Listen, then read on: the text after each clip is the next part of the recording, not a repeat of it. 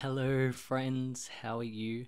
It has been a long time no see. I am back home. I arrived home last night, back to Australia, back to freezing cold Melbourne. My trip to Europe was fantastic. It's more than I could have ever asked for. It was amazing. And I don't know, I feel like I can't sum up in words how beautiful it was to just have so much freedom and experience so many different places and cultures and so much literature. I know I made a video on here about like some of the books I'd bought in London, but I definitely acquired more.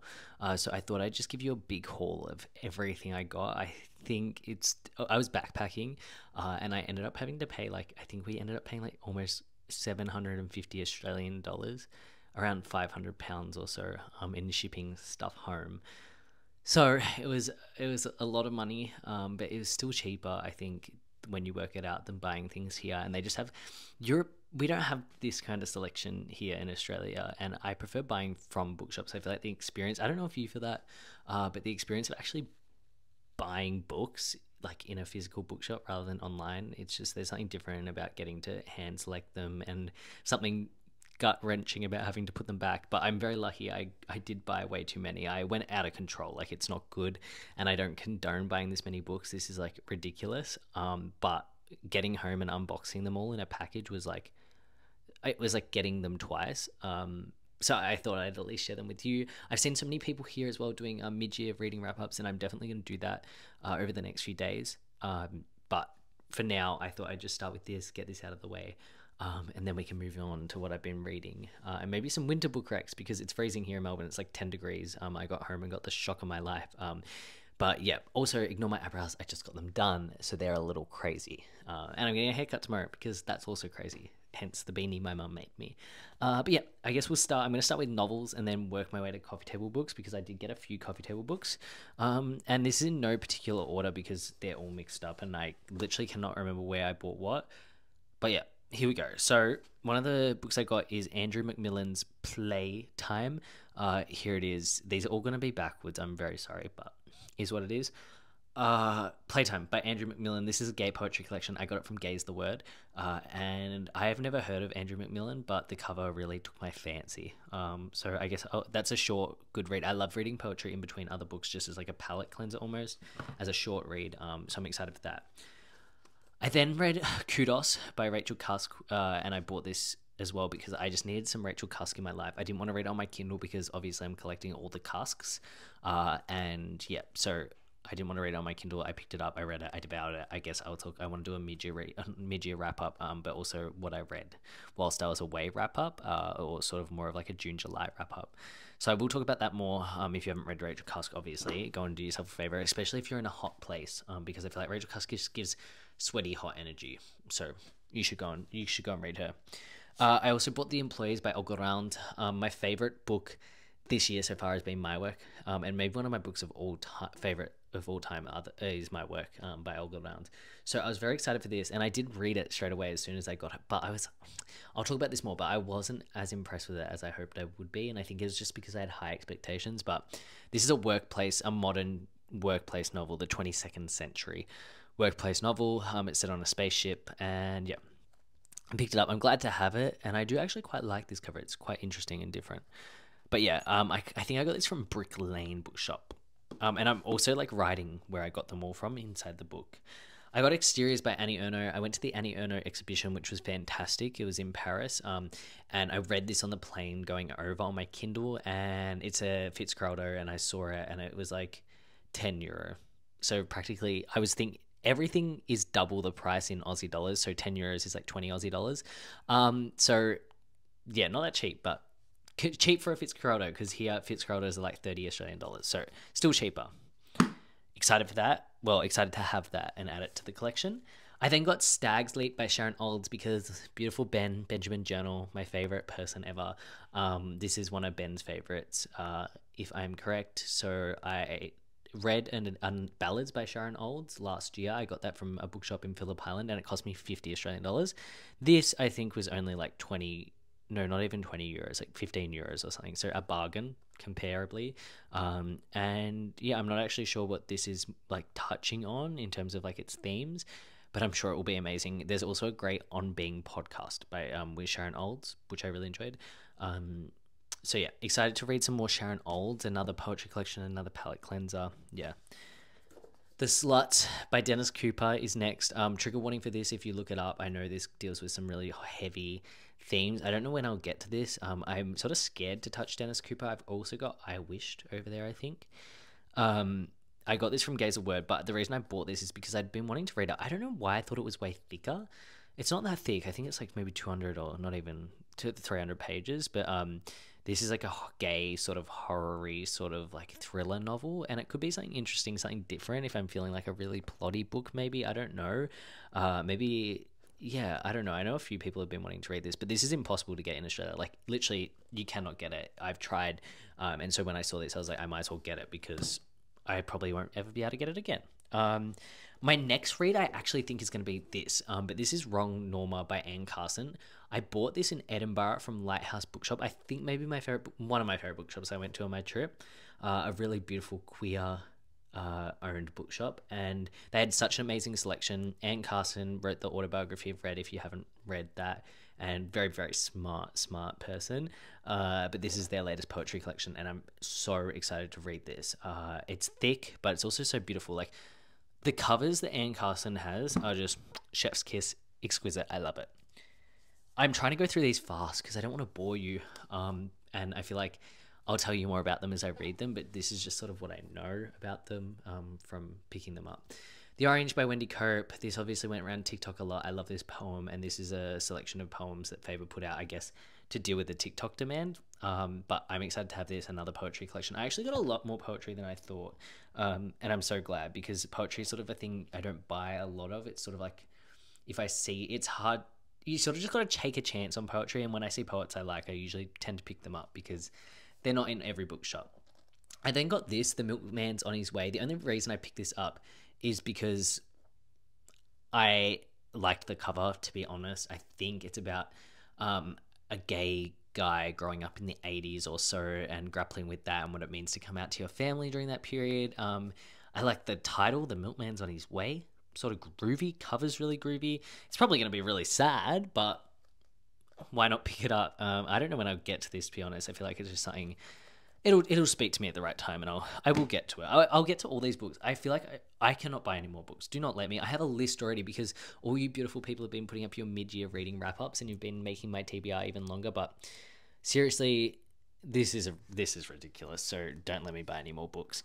I then got Christos Tiskolas. I'm so sorry, I'm butchering that name. 7.5. This is about a writer who is dealing with a lot of stuff in their life, from what I could gather, and they end up going to this like rural retreat to get some solitude and perspective and finish their novel.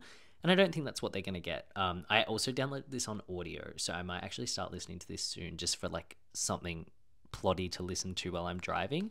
But this is from Gaze the Word, and so was The Milkman's on His Way. Beautiful, beautiful bookshop. I also really, one of my favorite bookshops as well. There's so many good bookshops. I feel like I'm just going to keep saying this was my favorite, but you get the point. I really like so many bookshops I went into. Arrangements in Blue by Amy Key. This has been recommended to me by a few people, and I've seen this doing the rounds on the internet. I don't really know. It's about the color blue. It's about writing. I have blue tattooed on my knuckles because I love books about blue. I just love the color blue. It's my favorite color. And I feel like in literature, it's just amazing. So I feel like this can't go wrong. And yeah, if it's anything like, I think it relates back to Joni Mitchell, if I'm correct. I don't really know. But nevertheless, I like the cover. I think it's going to be really, it says Notes on Love and Making a Life. Sounds good. Okay, I then got Hot Milk by Deborah Levy. I got this when Dakota and I went to Daunt Books, another amazing bookshop. Oh my god. I got a tote bag from there too. And I also got a Shakespeare & Co. top, which is pretty cool. But Hot Milk by Deborah Levy, I wanted to plunge back into Deborah Levy's fiction because I love her nonfiction, and I've read August Blue and I really liked it. And Hot Milk apparently is the book of the summer. I've read it in Greece. It so is. You have to read this. I know a lot of people don't like it, but I like Deborah Levy, and I feel like that sort of set me up to like it.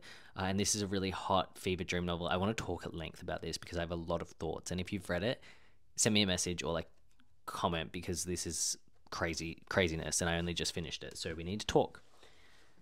I then, to add to my Patti Smith collection, of course, I got another Patti Smith. This was in a Prague bookshop called Shakespeare and Sons, another really beautiful bookshop.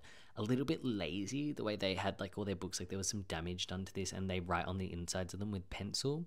But they did have a really good curation of books. This is Patti Smith Collected Lyrics, 1970 to 2015. I'm so excited for this. I've already started sort of skimming through it just whenever I had time. And it's beautiful, beautiful. And I'm so happy to add it to my collection to get closer to finishing all the Patti Smith books in print, or at least that have been in print in the past like 20 years.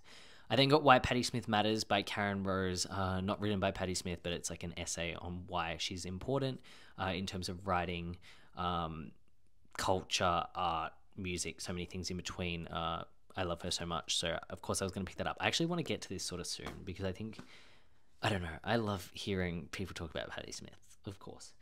I then got Pretentiousness and Why It Matters. This was a book I got in my first stop away in Ireland. To be honest, I read this. It's about what pretentiousness is, where it stems from, where it's moving to, and as it says, why it matters. I found it quite boring, to be honest. A lot of people have had this on their list, but I maybe I was just tired when I read it, and it wasn't the book I sort of needed. And because it was short, I picked it up, but I couldn't really get around it. But I got it nonetheless, and it's a Fitzcarraldo, and it's like a really nice size. So I'm still happy to have it. Another book that's obviously been making the rounds is The Beasting. So when I went to the London Review, to be honest, if I had to pick my most favourite bookshop, it was probably the London Review. I really, really fucking liked that. And Dakota took me there, and Dakota said she'd read half, but she wasn't sure. But Renee Morris said that she loved it. And so if it's good enough for Renee, so I read this book, then it's good enough for me. So I picked this up because I was like, it might be nice to travel with just like a thickie, a good novel, like as I'm traveling. And I actually really, really enjoyed this. Some bits maybe were like, I think the end was maybe a little bit premature. I'll speak more about it maybe soon, but I did really, really like this. And if you're looking for like a big, thick, chunky novel, like a proper novel, pick up The Beasting. I guess I'll talk about it more in a further video, but yeah, I really enjoyed that, and I'm glad I got it. And I'm glad it came out in this smaller form because I know my parents have a copy and it's really big. The first edition paperbacks that come out here in Australia, and I don't like that, so I'm glad to have that. I then got this Diary of a Steak by Deborah Levy. I have no idea what this is. The cover is sort of revolting, but I love Deborah. I love her. She's so funny and so witty, and she speaks so eloquently. I love listening to her talk on podcasts, and she's economical with words, and so I think this will be great. And on the cover it says, "Do you want to hear my erotic music?" That's all I know about it. So I guess that'll be just like something I plunge into and don't know what I'm getting into, but exciting. Something Bright Then Holes by Maggie Nelson is another book I got. I love Maggie Nelson, one of my favorite authors. What did I read? The Latest Winter. And so I only have Shiner left to go, but I'm excited for this. Another poetry collection. Can't go wrong with Maggie Nelson, of course. Too Much and Not the Mood. Another book. Excited. I read this. It was amazing. I read it on my Kindle, so I do need to go back through this because this will have you underlining. It's called The Thought Girlies. It's about what it means to be a woman moving through art and just life, I guess. It's about being an immigrant or a first-generation immigrant, and I loved it. It's lyrical, and I want to talk so much more about this, but I don't have time, so I'll leave it at that. I'll definitely get into that more. And this cover, I really, really like it, and it's a really nice book. It was expensive. I also got that from the London Review, but so happy. That's out by FSG. They do such a good job on the covers. Also, I'm Devo because everyone on TikTok's getting into Mezzo, and I still haven't got one, and I feel really left out. So FSG, what's up with that? Anywho's, I got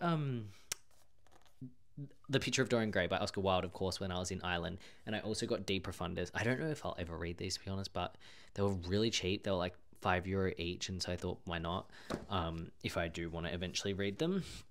I got Your Love Is Not Good by Joanna Hedva. This is about a queer Korean American artist who becomes infatuated with this woman in LA, and I think it's going to sort of give autobiography of X, maybe not, but I love the cover. A few people have told me to read this, and I think it will be really good, and this is a beautiful edition out by And Other Stories.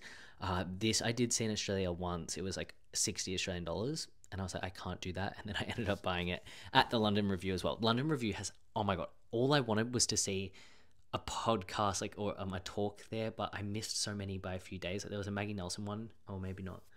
Sheila Heti, I think, was there. So many people there. And I just missed them. Same with Shakespeare and Co. They had some talks going, but I missed them by a few days, and I was so devo.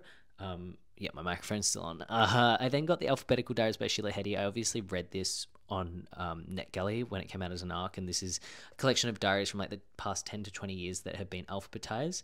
There's also a really good London Review. Is it London Review? Yeah, London Review books with Sheila. Oh no, the Fitzcarraldo podcast. Vault or something it's called. There's a really good podcast out on that. She's so smart. I love her so much. And this is signed, and I missed her by one day because the guy in Foyles was like gooped at how many books I was buying. Foyles is like the multi-level bookshop. They had everything. And he was like, oh, do you like Sheila Heti? I was like, do I like Sheila Heti? Yes. I want to read Pure Colour so bad, and I almost bought a copy, but it was the hard cover, and I really wanted it because it was like the nice one with the green print, and I don't want the ugly one with the flower or whatever it is. But I didn't get it because I just couldn't fit another hardcover book in my bag. But if you haven't read the Alphabetical Diaries, do it because it's amazing. It's so new and innovative, and I just loved it. So I had to pick up a physical copy.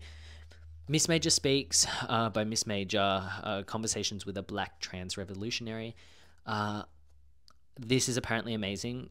I think it speaks for itself, and it's like Miss Major was pivotal in the Stonewall riots and the HIV movement or epidemic, I guess, and yeah, the crisis of that and everything that went around it. I think this is going to be such a valuable read, and I'm so excited for that. I don't know when I'll get to it. I feel like I'm going to have to be in the right headspace for it, but I'm very excited for it. As I said, D. Profundus by Oscar Wilde. Don't really want to talk about that too much.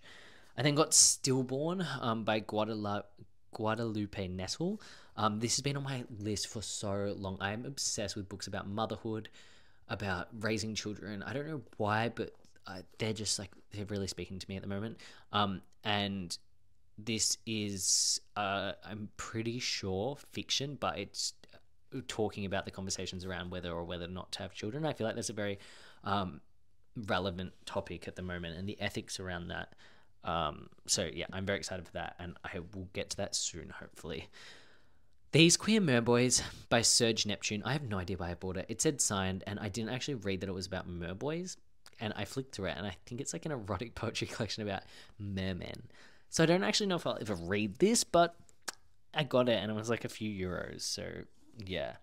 My beautiful friend Antek of TikTok from Poland, he works in publishing, and he wanted to show me what Polish publishing is like, so he bought me this, or he got me this, and he wrote a beautiful note on the inside saying like, I know you can't read Polish, use it as a coaster, but Young Mungo by Douglas Stewart. I'm so grateful to have this. It's so cute, and it's going to have a very special place on my bookshelf, and I'm so grateful for this. So exciting. I wish I could read Polish. And then on to coffee table books. That's all the novels I bought. I feel like it doesn't seem like that many. I know it's so many and it's ridiculous, but to me it doesn't really feel like that. So the coffee table books are mostly from, there's 3 or 4 from Foyles and then a few from other places. One of the ones I got from Foyles is Polaroids by Robert Mapplethorpe. Of course, I'm a Mapplethorpe stan, Patti Smith stan. So of course when I saw this, it had to come home with me. It's beautiful. I don't really want to show you the inside because I've been having issues with getting banned. So use your imagination. It's explicit. A lot of these are explicit. I then got the Robert Mapplethorpe archive, and I actually haven't opened this. I want to open it tonight, I think. But this is more photos, I guess, and essays about Robert Mapplethorpe, and I think it's very, very cool. And it was really cheap. It was only 10 euros. I think it was on sale. I don't know why they would put that on sale because it's a work of art, but I've got so many Robert Mapplethorpe books now, it's not good. But it is good at the same time. Another book I got from Foyles was David Hockney's Dog Days. These are photos of all the sussies, all the sausage dogs. I have a sausage dog, he's evil. But David Hockney is like my style inspiration. I want to look like half of what David Hockney looks like. If I look that half of what he is, then I'm so cool as a grandpa. And I love the, like, there's the sausage. Speak of the devil, I tell you that. But I'm so excited to have this. Yeah, it's just like literally all paintings of sausage dogs. I love it. So cute. Brody and I then got these 2 magazines called Kink, and they're actually the same magazine. We just saw 2 different covers and we thought they were 2 different editions, but they're actually not. They're literally the same thing, just with different covers. They're just like little gay magazines, really cute. Obsessed with them. Uh, I also got this, the male nude. This spans from like the 1800s all the way to like almost now, about like where male nude started, where they evolved to, and where they are now. And I got this in Prague at like the famous bookshop. I can't remember what it's called, which, to be honest, that was ridiculously busy, but this was really cheap. I think it was like 10 euros as well. So Brody and I decided to get it for our house. And then I went to the Vincent van Gogh Museum, and the Vincent van Gogh Museum I thought was a little bit overrated, too busy, not really well lit or like painted. It was a bit like, it wasn't kept very well, but they had this amazing exhibition on downstairs called Matthew Wong, painting as a last resort, and Matthew Wong shared a lot of similarities to Van Gogh, and it had, I can't remember exactly who, they gave you like a headset.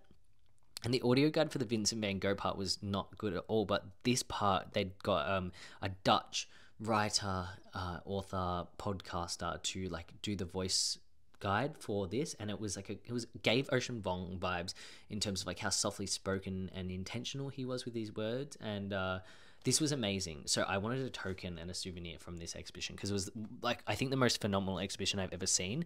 Also, when I was in Amsterdam, I know at the actual museum they've got Mapplethorpe gifted to them, like Mapplethorpe photos.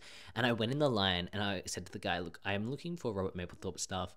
Do you have it? Because I'm not buying a ticket to get in. It was like, if you don't have this. And he was like a gay guy too, and he was like, yeah, they've got it, but it's not out on display. And I was like, serious? So I didn't get to see that. That was another thing that happened in Amsterdam, but I love Amsterdam. Oh my god, Amsterdam's so cool.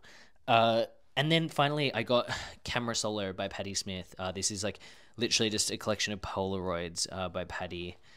You can't really see it, so hard with a microphone, but I'm so glad to add this to the collection. This is definitely going to go in a spot where I can look at it all the time. And yeah, they're all the books I bought. I know, 23 minutes worth of me rambling. I try not to cut this. Hopefully, I think there'll be one cut from when I was listening in to what my family was doing. But anywho's, I'm glad to be back here on YouTube. Hopefully, I'll be posting more. I'm going to try and get a mid-year reading wrap-up and a June wrap-up, July wrap-up, and maybe a winter Rex-up soon. Maybe over the next week, hopefully we'll see. No promises. I'm very busy. I'm relocating interstate, maybe. We'll see. But yeah, I'm excited for the next few weeks to get back into like reading. I read a little bit while I was away, not as much as I usually would, but I'm feeling refreshed and excited and just so inspired. I feel like you all, with your mid-year reading wrap-ups and your passion, are really exciting me, and I love all of you so much. The community here on YouTube is crazy. I also hit 50,000 followers on TikTok, which is a big update. I'm so grateful for that. And yeah, I vlogged. If you wanted to keep up with what I was doing on my travels, there's a vlog for every single day of my travels, all 61 days I think it was. So you can go and check that out, and I'd really appreciate it. But yeah, I hope you're well. Thank you for being here. I love you lots, and I'll see you soon. Toodaloo.